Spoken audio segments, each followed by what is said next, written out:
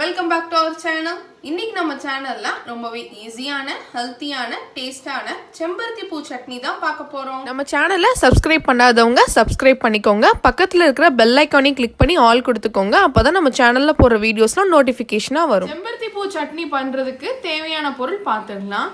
செம்பருத்தி பூ தேவையான அளவு எடுத்துக்கோங்க. நான் இன்னைக்கு 15 எடுத்துருக்கிறேன். பூண்டு 5 to 6 பல்லு பூண்டு, இஞ்சி ஒரு சின்ன துண்டு இஞ்சியை குட்டி குட்டியாக கட் பண்ணி எடுத்துக்கலாம். தக்காளி 2, வெங்காயம் 1, மல்லி இலை 1 கை அளவு, கருவேப்பிலை சிறிதளவு, உளுந்தம்பருப்பு 2 டீஸ்பூன், வத்தல் 5 to 6 வத்தல் காரத்துக்கு ஏற்ற மாதிரி எடுத்துக்கலாம். கடுகு 1 டீஸ்பூன், பெருங்காயம் 1 டீஸ்பூன், உப்பு தேவையான அளவு, எண்ணெய் தேவையான அளவு. வாங்க இப்போ நம்ம எப்படி செம்பருத்தி பூ சட்னி பண்ணணும்னு பார்க்கலாம். செம்பருத்தி பூவோட பெட்டல்ஸ் அதாவது எதழ்களை மட்டும் எடுத்து வாஷ் பண்ணி எடுத்துக்கலாம். வாங்க இப்போ நம்ம சட்னி பண்ண ஸ்டார்ட் பண்ணிடலாம். ஒரு கடாயை ஹீட் பண்ணி அதில் தேவையான அளவு எண்ணெய் ஆட் பண்ணிக்கலாம். சூடானதும் இப்போ நம்ம இதில் நம்ம வச்சிருக்கிற உளுந்தம்பருப்பு ஆட் பண்ணிக்கலாம். உளுந்தம்பருப்பு இந்த அளவுக்கு நல்லா பாதி வறுபட்டு வரும்போது நம்ம வச்சிருக்கிற வத்தல் ஆட் பண்ணிக்கலாம்.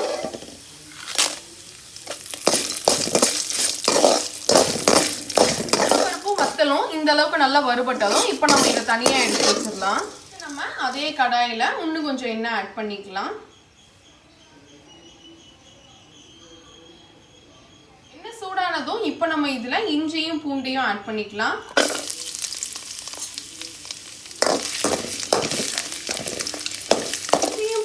நல்லா பொரிஞ்சதும் இப்போ நம்ம இதில் வெங்காயம் ஆட் பண்ணிக்கலாம்.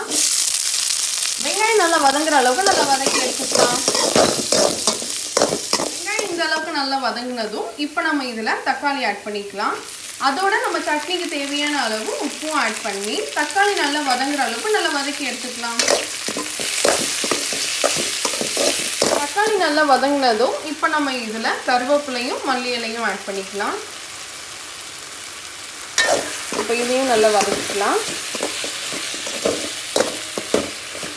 இப்போ நம்ம இதில் நம்ம வச்சுருக்கிற பெருங்காயமும் செம்பருத்தி பூவையும் ஆட் பண்ணிக்கலாம்.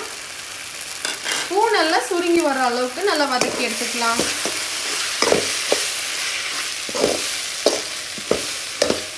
எல்லாம் இந்த அளவுக்கு நல்லா வதங்கினதும் இப்போ நம்ம ஸ்டவ் ஆஃப் பண்ணி வைக்கலாம். இப்போ இதை நல்லா ஆற வச்சு எடுத்துக்கலாம். வதக்கின அந்த மசாலா எல்லாம் மிக்ஸி ஜாரில் ஆட் பண்ணதும் நெக்ஸ்ட் நம்ம அதில் வறுத்து வச்சிருக்கிற உளுந்தம்பருப்பு வத்தலையும் ஆட் பண்ணி நல்ல ஒரு பேஸ்ட்டை அரைச்சி எடுத்துக்கலாம். அளவுக்கு நல்லா அரைச்சி எடுத்துக்கலாம். வாங்க இப்போ நம்ம சட்னிக்கு தாளிச்சு எடுத்துக்கலாம். தாளிக்கிறதுக்கு ஒரு கடாயை ஹீட் பண்ணி அதில் தேவையான அளவு எண்ணெய் ஆட் பண்ணிக்கலாம். எண்ணெய் சூடானதும் இப்போ நம்ம இதில் கடுகு உளுந்தம்பருப்பு ஆட் பண்ணிக்கலாம். ரெண்டும் நல்லா பொரிஞ்சதும் லாஸ்ட்டாக இப்போ நம்ம இதில் கருவேப்பிலை ஆட் பண்ணிக்கலாம். இப்போ ஸ்டவ் ஆஃப் பண்ணிட்டு இப்போ நம்ம இதை அப்படியே நம்ம சட்னியில் ஆட் பண்ணிக்கலாம். அவ்வளோதான், நம்மளோட செம்பருத்தி பூ சட்னி ரெடி ஆயிடுச்சு. வாங்க இப்போ நம்ம இதை சர்வ் பண்ணிடலாம். அவ்வளோதான், ரொம்பவே ஹெல்த்தியான டேஸ்டான குவிக்காக பண்ணக்கூடிய செம்பருத்தி பூ சட்னி ரெடி ஆயிடுச்சு. மறக்காம இந்த ரெசிபியை உங்கள் வீட்டில் ட்ரை பண்ணி பாருங்க. இந்த வீடியோ உங்களுக்கு பிடிச்சிருந்துச்சுன்னா நம்ம சேனலை லைக் பண்ணுங்க, கமெண்ட் பண்ணுங்க, ஷேர் பண்ணுங்க, சப்ஸ்கிரைப் பண்ணுங்க, பக்கத்தில் இருக்க பெல் ஐக்கானையும் கிளிக் பண்ணுங்க. தேங்க்யூ.